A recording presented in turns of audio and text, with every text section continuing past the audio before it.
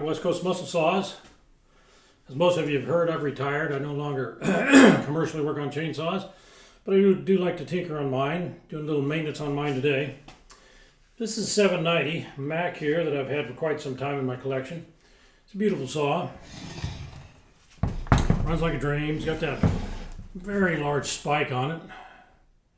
This will run like a 50-inch bar. But what I want to work on today, I had a couple questions on, was an IEL 1948 that a gentleman's working on. And I've got one here, and let me bring it up here and let's take a look at it.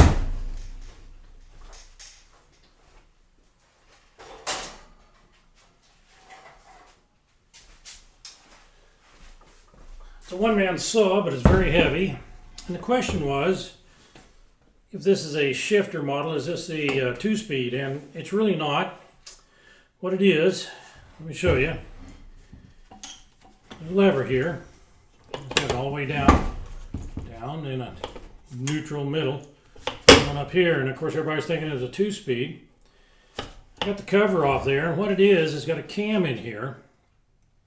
And if you try to start this in that position, what you're doing, if you watch this drive sprocket here, as I pull the engine over, you're turning over that sprocket, turning over the chain, turning over everything, and you'll never get it to start.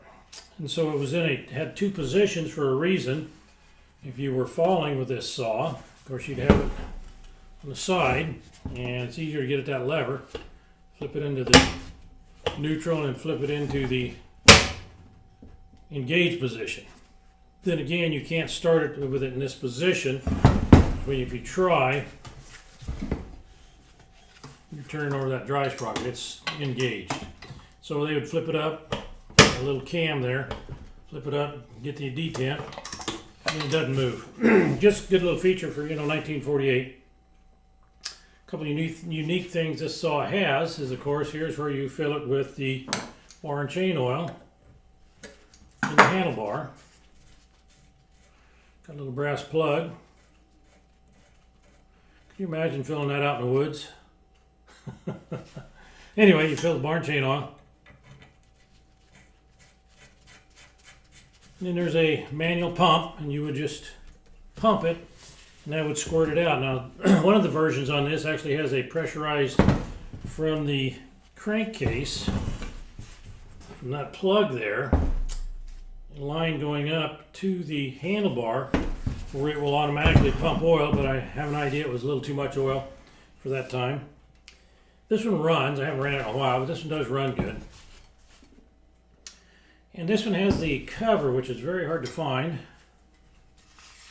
It goes into there, goes into place.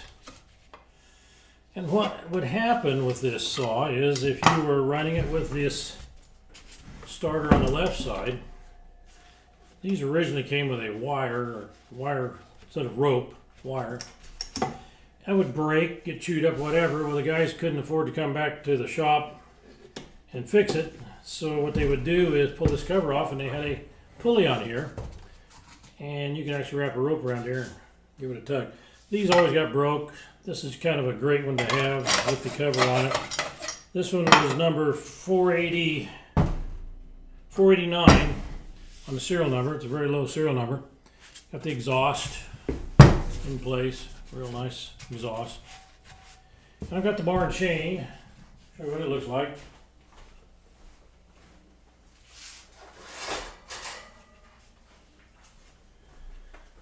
That's the bar that came with it, just an old hard nose we call them. And a chipper chain. Just, early stuff. Very early. And I hope that answers your question. The gentleman had on his saw. And, oh yeah, one other feature I want to show you on this. This was unique. Of course, it had the float carburetor. That's a float, just like on your car, automotive, four-cycle stuff.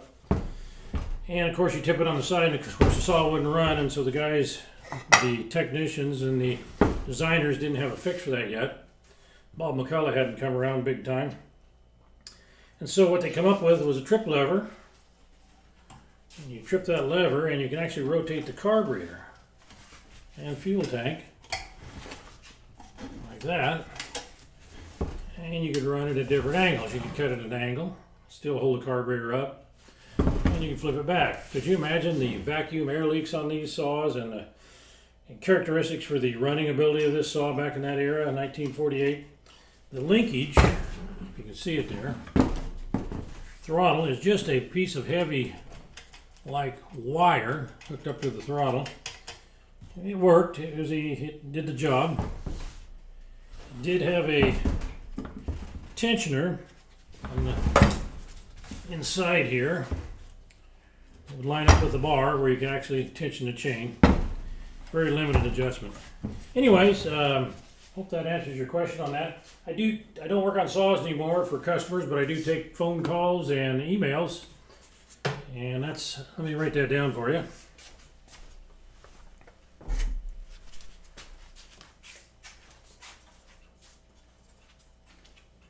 Well, just look at the back of the shirt.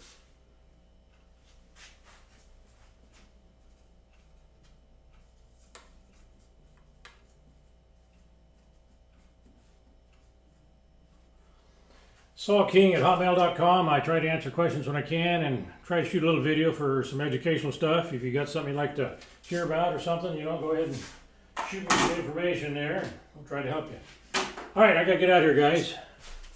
Thanks for watching, and we'll catch you later.